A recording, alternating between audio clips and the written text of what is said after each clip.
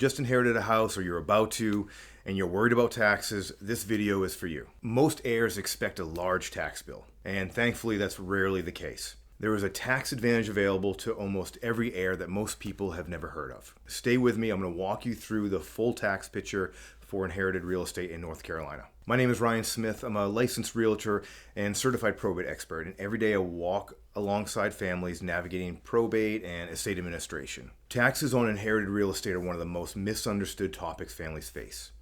And the misunderstanding almost always runs in the same direction. People assume that they owe more than they do. In this video, I'm going to walk you through the actual tax picture for inherited real estate in North Carolina. The step up in basis, the capital gains, estate tax, inheritance tax, property taxes, and what to do first. Now, before we get into it, I'm not a CPA or a tax professional. What I'm sharing here is educational. It's not specific tax or financial advice. It's based on my experience in working with families through the same situation. I do highly recommend meeting with a CPA who specializes in estate and real estate taxation before making any decisions.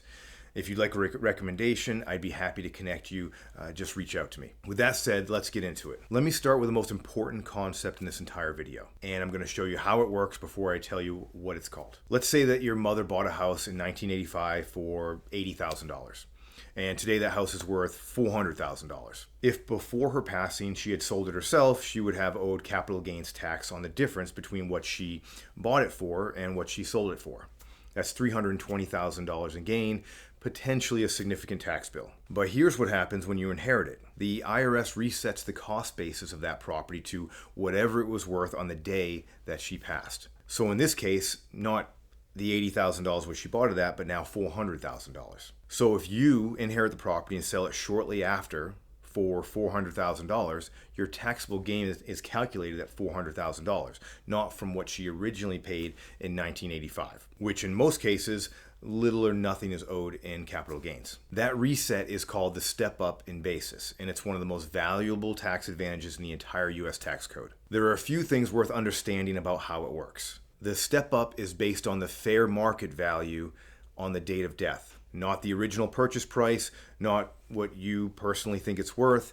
It's the actual fair market value on that specific date. This is why getting a date of death appraisal matters. It establishes and documents that new basis, and without it, you have no clear starting point for calculating your gain. If you sell quickly after inheriting, and the value hasn't changed much, your taxable gain may be close to zero. If, on the other hand, you hold the property for years before selling, you'll owe the capital gains only on the appreciation since the date of death, not since 1985 when your mother purchased the house. Now let's talk about capital gains tax more specifically. Capital gains tax applies to the profit when you sell an asset, the gain above your cost basis. For inherited property, that basis is the date of death value that we just covered. Now here's something most people don't know. The IRS treats inherited property as automatically long-term. With most assets, short-term capital gains rates apply if you sell within a year of acquiring it.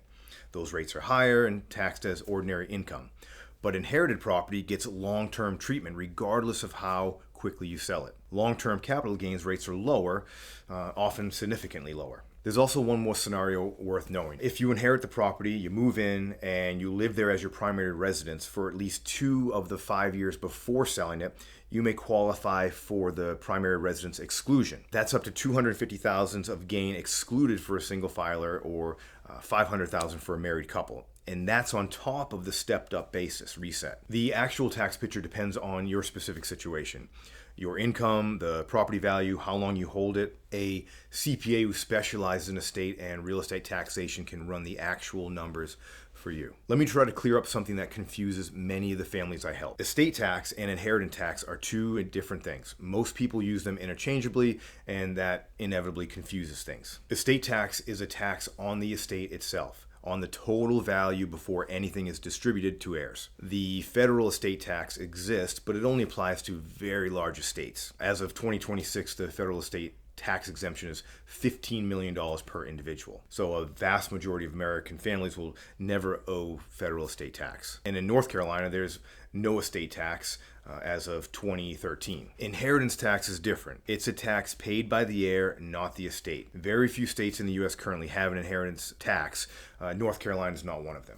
We eliminated that inheritance tax back in 2013 as well. So for families inheriting property in North Carolina, there is no estate tax and there's no inheritance tax. One important note, if the descendant owned property in another state, then that state's laws may apply. And federal exemption thresholds can change with legislation. So always confirm the current rules with a CPA for your specific situation. Now let's talk about the property taxes. Property taxes do not stop when someone passes away. They continue and they must get paid. During probate, property tax payments are a carrying cost of the estate. They're typically paid from estate funds while the estate is being settled. Now, here's something specific to North Carolina. There is no automatic property tax reassessment triggered by death or an inheritance transfer. In some states, California is a well-known example. Transferring property to an heir can trigger a reassessment to current market value. In North Carolina, that's not how it works. The heir takes over at the existing assessed value. There is one thing worth checking though.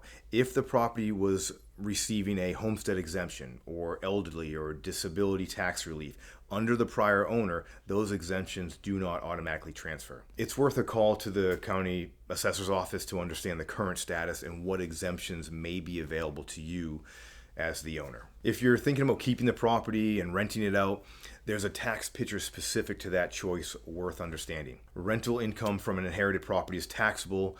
It's treated as ordinary income, but you can deduct the expenses against your income. Things like mortgage interest, property taxes, insurance, repairs, the property management fees, and there's another significant deduction called depreciation. So the IRS allows you to deduct a portion of the property's value each year as it wears out, even if the market value of the property is going up. That depreciation reduces your taxable rental income. Here's the catch though. When you eventually sell the property, the IRS taxes back the depreciation you've claimed.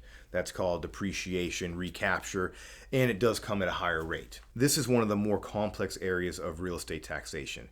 If renting is on the table, a CPA who specializes in real estate taxation is genuinely worth the investment before going forward. Now that you have a clearer picture of the taxes involved, let me share with you what I recommend you do first. Step one is get a date of death appraisal. It's really not optional if real estate is involved. It establishes and documents your step-up basis, and without it you have no defensible starting point for calculating your gain when you sell. So get this done as soon as possible. Step two is meet with a CPA before making any decisions.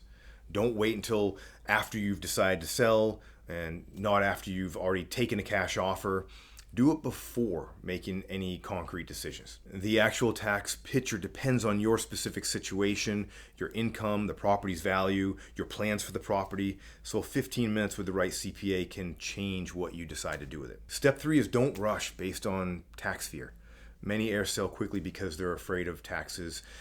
After watching this video, you know that fear is often based on incomplete information. So understand the actual picture first and then decide. Step four is coordinate with an estate attorney. The tax decisions and legal decisions are connected. They should be made with awareness of each other. I can connect you with CPAs who specialize in estate taxation and appraisers who provide date of death valuations. Both those are part of the Wilmington Estate Solutions professional network, and there's no obligation or cost for me to connect you with those people. At the very least, meet with a CPA who specializes in estate taxation before you make any decisions about the property. If you'd like me to connect you with one, just reach out. And then when you're ready to explore your options with the real estate, I can help with that too. Thank you for watching.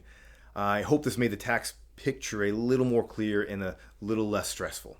Reach out anytime, or you can find me at wilmingtonestatesolutions.com.